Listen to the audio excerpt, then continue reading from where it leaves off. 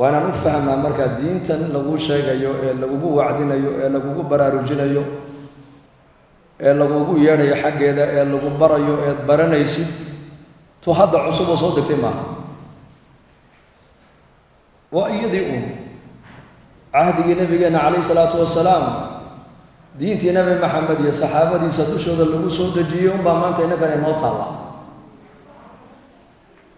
bal iyadoo qaabkii beriga ay u dhignayd qaab ka habaysan oo ka nidaamsan maanta innagu aan u helnay asxaabta rasuulka qur-aanka isagoo qoran maysan helin cahdigii nabigeena calayhi salaatu wasalaam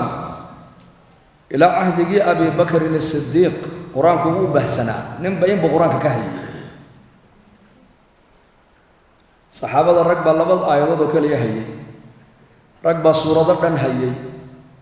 rag baa qur-aanka oo dhan wada hayay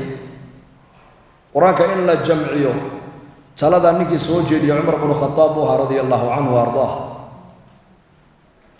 khilaafadii abi bakar markii dadka muslimiintu ay halganka diinta ee jihaadka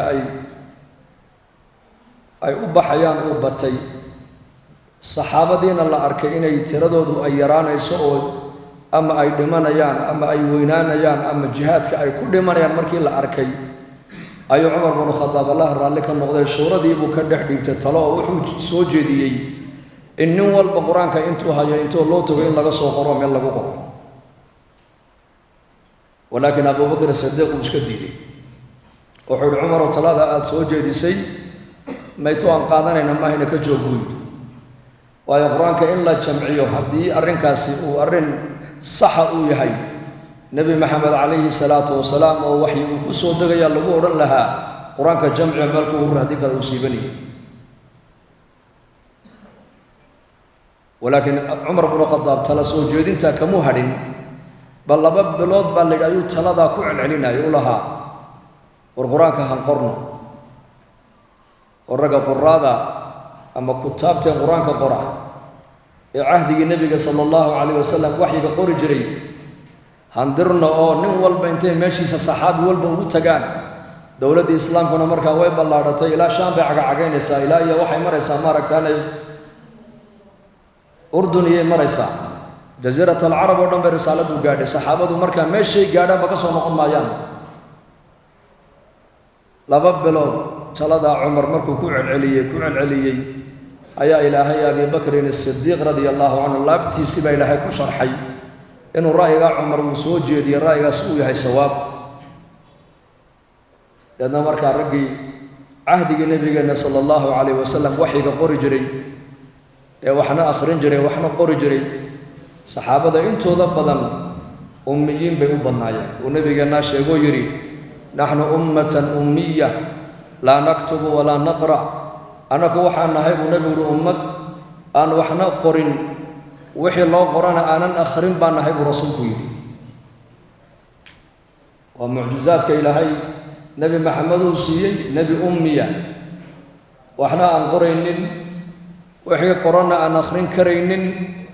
ayaa qur-aankaa dhan ilaahay qalbigiisa uu ku soo dejiyey wa innahu latanziilu rabbi alcaalamiin nazla bihi alruuxu alamiin calaa qalbika litakuuna min almundiriin bilisaanin carabiyin mubiin qur-aanka waxa uu sheegay ilaahay in laabta nebi maxamed qur-aanka lagu soo dejiyey in jibriil calayhi salaam loo soo dhiibay deedna jibriilna uu laabta nebi maxamed qur-aanka uu ku dejiyey markaabuu nebigu u maleeyey qur-aanku inuu dhaafi karo deedna markaasuu ka daba akhriyey jibriil calayhi salaam u dadejiyey markaasaa lagu yidhi laa tuxarik bihi lisaanaka litacjalahu ina calayna jamcahu wa qur'aanahu faidaa qara'naahu fattabic qur'aanah qur-aanku inuu kaa baxsado oo kaa dhumo ha ka yaabin baa nebiga lagu yidhi maxaa yeele qur-aanka ilaahay baa ilaalinaya laabta nebi maxamed calayhi salaatu wasalaam waa laab ilaahay caza wajalla ugu talagalay qur-aanka inay xambaarto waxa bini aadanka wasaawista qalbigeenna ka buuxo oo dhan baa nebiga qalbigiisa laga safeeyey marka halkaasaa qur-aanka lagu dejiyey marka abi bakr sidiiq wuxuu yidhi waa hagaag qur-aanka la soo jamciyo cahdigii nebiga raggii qur-aanka qori jiree kutaabta ahaa ayaa loo kala diray markaa dhul alliya dhulka islaamka uu gaadhay oo la yidhi nin alliya ninkii saxaabiyeed meel ugu tagtaan qur-aanka intuu hayo ka soo qora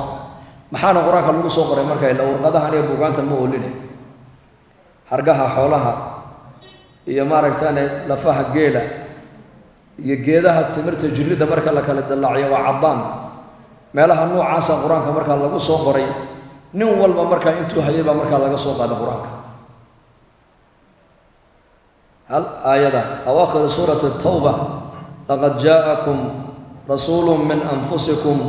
casiizun calayhi maa canidtum xariisun calaykum bilmu'miniina ra'uufu raxiim fain tawallow faqul xasbiya allah laa ilaaha ilaa huwa calayhi tawakaltu wahuwa rabu lcarshi alcadiim labada aayadood ee suuratu tawba ugu dambeeya hal nin oo saxaabiya keliga laga helo loogu tegay baa la yidhi khusayma radia allahu canhu ayaa loogu tegey markii abubakar loo sheegay la yidhi labadaa aayadood saxaabiga keliya laga soo helayna abubakar wuxuu yidhi wallaahi waxaa ii ziyaaday kalsooni cumar binu khadaab talada uu soo jeediyey ilhaam xagga ilaahay inay ka timid ahayd baan aaminsaday yidhi markaas marka qur-aankaa dhan baa zamankii nebiga sidaa u baahsanaa oo cahdigii abubakarna sidaa u baahsanaa cahdigii abubakar qur-aanka markii la soo jamciyey guriga xabse ayaa la dhigay baa la yidhi khilaafadii cusmaan binu cafaanna qur-aanka musxafka lagu jamciyey oo manaaqibta cusmaan binu cafaan marka la tirinayo waxyaabaha cusmaan uu la keliyoobay waxaa ka mid a baa la yidhi waa ninkii musxafka maaragtaan iyo cahdigiisiibaa musxafka qur-aanka la qoro la taabacay jaamicu lqur'aan baa cusmaan binu cafaan loogu magac daray dan qur-aanku markaa muxuu ku qornaa laabtooduu ku qornaa bal huwa aayaatun bayinaatun fii suduuri بل هو آيات بينات في صدور الذين أوتوا العلم وما يجحد بآياتنا إلا الظالمون إلهي واكي كلها قرآن كان لا بتوحي بسوية دتك إلهي وعلمك وسيي دتك إلهي قلبك والنورك يا إيمانك يا يقينك ودقي أي قرآن لا بتود إلهي كل اليوم وقادا حديث النبي محمد والله صلى الله عليه وسلم عهدي محدثين تو أي صوبحين أي حديث كلا صوت جمعية سجن حتى نمك يهود وحس كدين انت سو أحاديث وما ركتان إسرائيليات إلى أحاديث النبي يكون حقريان لأن زنديقة أو خلافة دي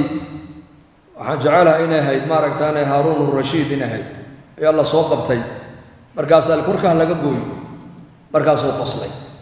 waxaad ku qosashaa lagu yidhi waa nin dhan tog lagu wada maaragtaana in la daldalo ama la dilo wuxuu hi intaas oo axaadiis oo mawduuca oo israa'iiliyaada ayaan axaadiista nebi maxamed ku dhex qalday buu yidhi marka taasaa faa'iidaya buu yidhi aniga waxa uu doonaya markaa in la yidhahdo waa lagaa daynayey lagu dili maaye axaadiistaa noo sheeg laakiin waxaa la yidhi may qaadoo qoorta ka gooya buu yidhi haaruun rashiid waxaan haysanaa buu yidhi rag وكمل يا ماركتان عبد الله بن مبارك رحمة الله عليه رج نوع عاص هبل يهبل صدح نبوتري مركا رجاسا كلا جرند ونقول قول كنبي محمد كصباحي هي قول كماركتان بن آدم كلا ويري